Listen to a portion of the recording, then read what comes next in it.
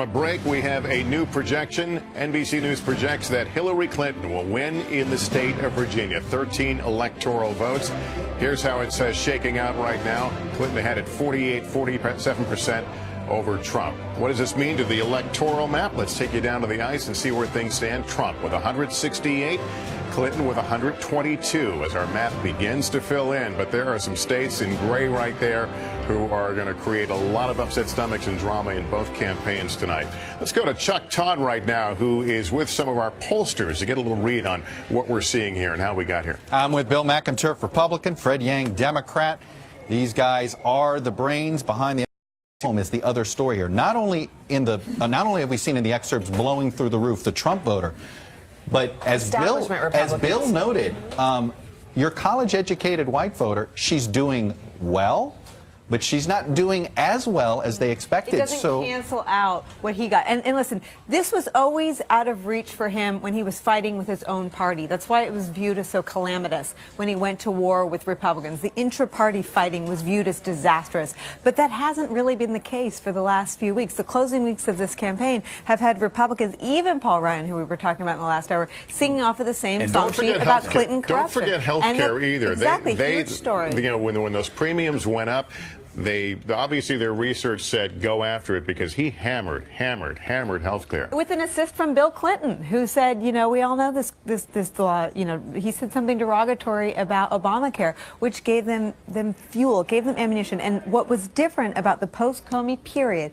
was that he had ammunition and he used it. He'd been a very inefficient candidate until that moment. When the Comey letter hit, he became a very efficient, a very disciplined, almost a traditional kind of candidate. And this is what it yielded. Kevin Tibbles is in Michigan right now. Kevin, what's the mood where you are and what are people talking about?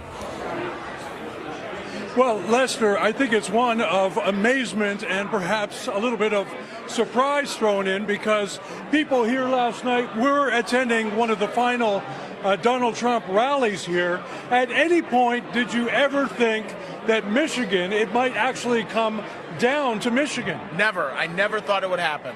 And what about you? I mean, Michigan did not seem to be in play. This was supposed to be a Democrat state. We were ready to be in play. We were excited for something new and different. And Donald Trump is that person. Well, what does Donald Trump represent to you that is different? He tells it like it is. He isn't politically correct, which is sometimes good and sometimes not. But you know where he's coming from. Well, I have to ask you, as a woman, why did you vote for him? Because he tells it like it is. I have a lot of friends who tell it like it is, and you can trust them. You have to sort through some of the weeds, but when you get to the gist of it, you know he's speaking strong words and that he's going to live up to those words. This was a rather subdued crowd up until about 45 minutes ago, Lester, and that's when the results started to come in. I think people here got excited when they saw what was going on in Ohio, which of course I believe is still too close to call. And then it started coming in here. People started talking about the number of people that voted in the Detroit area, which seemed to be low.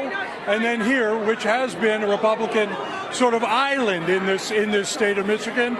But after this evening, I mean, who knows? It's all up in the air. Who knows what's going to happen here, Lester? All right, Kevin Tibbles, thanks very much. And I know in the crush of that room and the noise you may have missed, but Ohio has been called as a Donald Trump state. Donald Trump wins Ohio. And let's drill down on Ohio because it may be Hallie Jackson, because it may tell us a little bit what else is going on in the Midwest. And here's what we're seeing in Ohio, which could be reflected in Michigan, which is another one of these upper Midwest states, and obviously the one we're talking about tonight.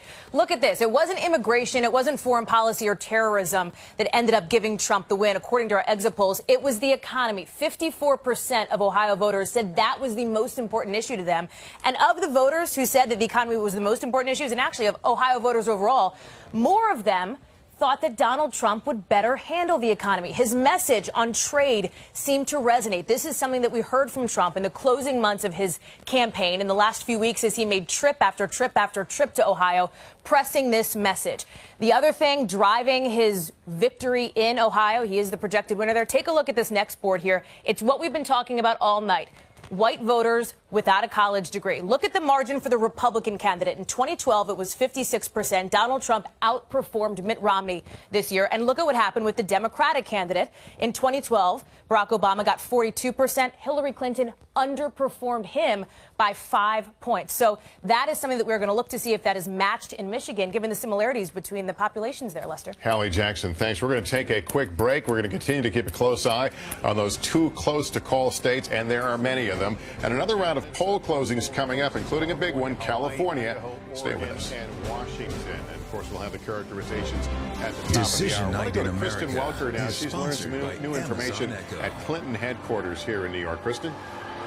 Lester, good evening. The Clinton campaign projecting confidence in this nail-biter of a race. I just heard from one top official who says they still have a path to 270, and they say they are on that path. Why? Because they have won Colorado and Virginia. But the path includes holding Wisconsin and Michigan. They would then have to win Pennsylvania and either win Nevada or New Hampshire. So those are the states that they are watching at this hour. Now, they point out that in terms of Wisconsin, Madison is still out. That's obviously a heavy college area, so you're going to get younger voters. They think they can clinch that area. And then Michigan, Detroit is out. A lot of African-American voters. Of course, President Obama has been there trying to energize his base and that part of the Obama coalition. I can tell you that there are jitters here among top Clinton supporters who are gathered at the Javits Center, some of them acknowledging to me they are quite concerned about the fact that this race is a whole lot closer than they were anticipating. But again, at this hour, the Clinton campaign stressing that they still have a path to 270 and they think they can get there.